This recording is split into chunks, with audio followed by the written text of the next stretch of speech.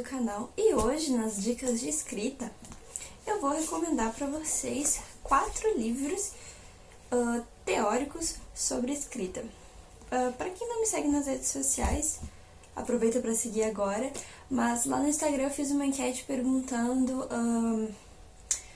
o que vocês achariam de eu trazer recomendações de livros teóricos para estudar sobre escrita. Porque, apesar da prática ser uma coisa importante, um estudo básico, assim, de teoria também é muito importante para, como eu vou dizer, melhorar, o seu processo de escrita e até te dar uma visão nova em relação à tua escrita e à literatura no geral. E eu acho que os melhores livros pra gente começar estudando, porque, bom, a gente sabe que nem todos os livros teóricos são super legais e super divertidos de ler, porque sempre tem aquele livro teórico que a pessoa que escreveu gostou de botar não sei quantas palavras rebuscadas numa única frase pra dizer que é inteligente, que aquele livro é, cult e tal. Mas a gente sabe que às vezes não precisa de tudo isso, A gente pode dizer muito com palavras simples. E eu vim trazer, livros de autores para autores, É sempre legal ler de um escritor mesmo sobre o seu próprio processo criativo, sobre a visão dele de como é ser um escritor ou como ele começou. Principalmente se é um autor favorito teu, para você entender mais sobre ele e sobre as escritas dele também, porque, querendo ou não, quando a gente sabe um pouco mais sobre o autor e sobre o estilo dele, sobre o passado dele, a gente acaba até entendendo melhor os livros dele, os contos, as obras dele no geral, sabe? Porque, querendo ou não, estão ligadas essas duas coisas, Quem o autor é e o que ele produz. E eu estou aqui com 4 que eu li. Na verdade, o último eu ainda estou lendo, mas eles são todos maravilhosos, são de escritores pseudo-contemporâneos e mais ou menos famosinhos. O primeiro é Umberto Eco, que é esse livro aqui, que ele é um romancista, e ele é o que escreveu aquele livro O Nome da Rosa, que acho que algumas pessoas devem conhecer mais pelo filme. Eu conheci primeiro pelo filme, porque eu tive que assistir ele pra escola, e não tive chance de ler ainda, ele. A minha mãe me deu de presente, tem até uma dedicatória dela aqui. E, basicamente, esse livro, ele tem vários capítulos, e ele fala, no geral, sobre a experiência dele, sobre as vivências dele como romancista, falando, até cita os livros dele como exemplo, tipo essa cena aqui, e acolá, e escritores que ele gosta também. E ele até tem toda uma discussão dentro do livro dele, desse aqui, sobre a questão da personagem. Ele tenta achar uma resposta satisfatória para entender por que quando um personagem morre, dependente da forma como ele morreu, a gente sente tanta dor dele. Por que a gente sente essa empatia, essa compaixão por um personagem que nem existe? E daí ele começa a questionar que talvez o personagem seja real num certo ponto, Não no mesmo nível que a gente, mas, uma coisa mais em relação à semiótica.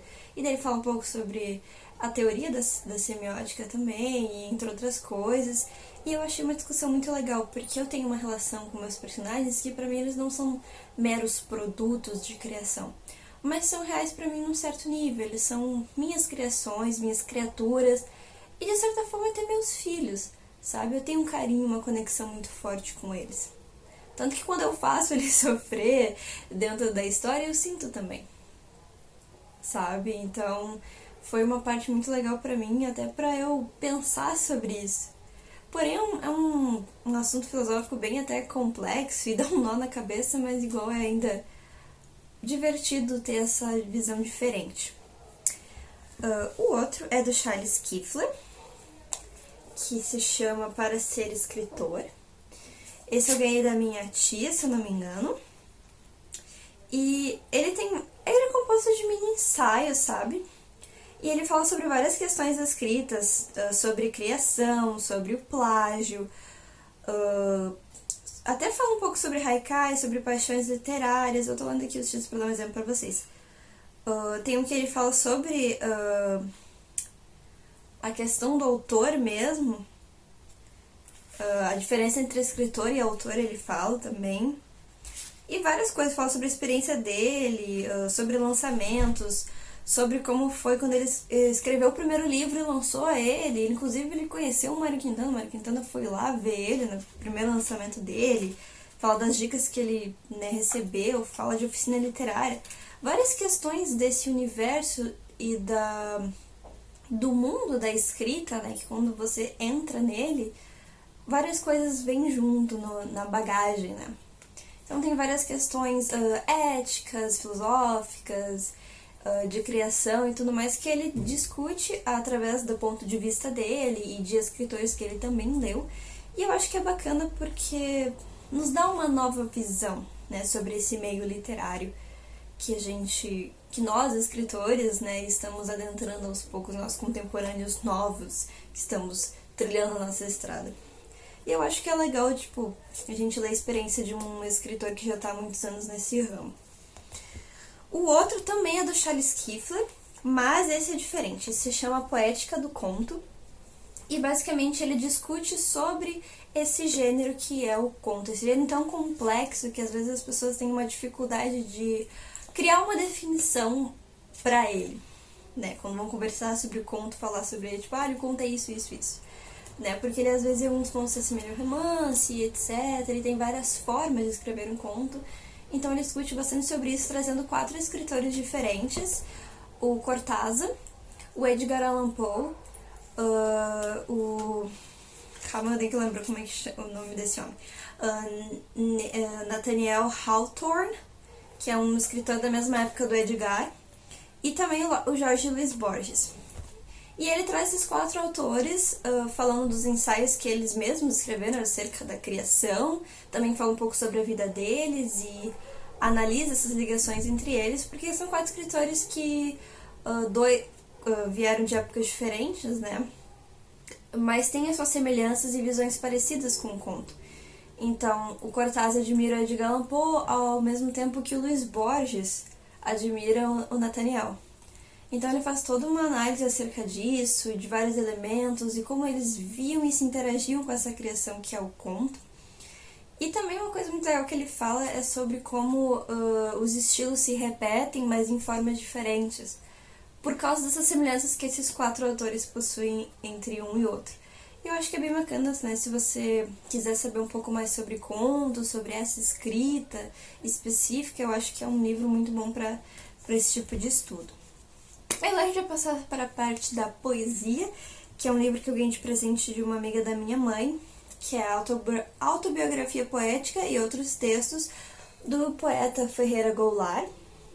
Eu acho que é Goulart, na real, né? Eu falei errado. O meu professor de teoria poética, ele falava muito desse escritor e dizia que os livros teóricos dele eram muito bons. E esse aqui ele é um livro teórico bem leve, porque ele tem assim, eu tô meio no comecinho, mas ele divide esse aqui começa com tipo meio que um ensaio do próprio autor falando sobre ele e a poesia dele, como ele se conheceu poeta e tudo mais. E depois segue entrevistas e coisas assim pelas quais ele passou, em que ele fala também, né, sobre o processo criativo dele, sobre como ele vê a escrita. E eu acho que é bem bacana até porque poesia é um gênero também que às vezes as pessoas acham que é muito...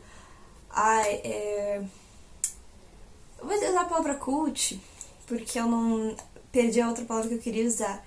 E muitas pessoas às vezes têm preconceito com a poesia, ou não gostam de poesia, ou às vezes têm dificuldade de escrever poesia, né? Porque não é um gênero, tipo... fácil, assim, qualquer coisa, tu junta qualquer palavra e vira um poema. Depende, tem que ter uma certa harmonia.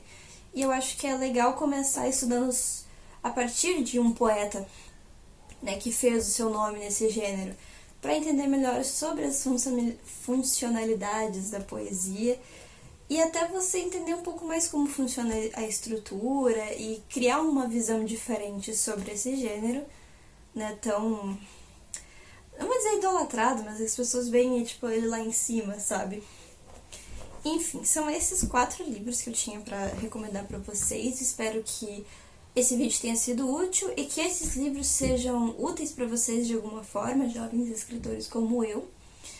E, enfim, me digam aqui depois nos comentários ou nas minhas redes sociais Se vocês vão querer uma parte 2 dessas dicas de escriva é ótimo, de escrita com recomendação de livros teóricos, porque eu tenho outros vários aqui na minha biblioteca, um pouco mais densos, mas é sempre importante ter um pouco de teoria, apesar de às vezes ela ser um pouco cansativa.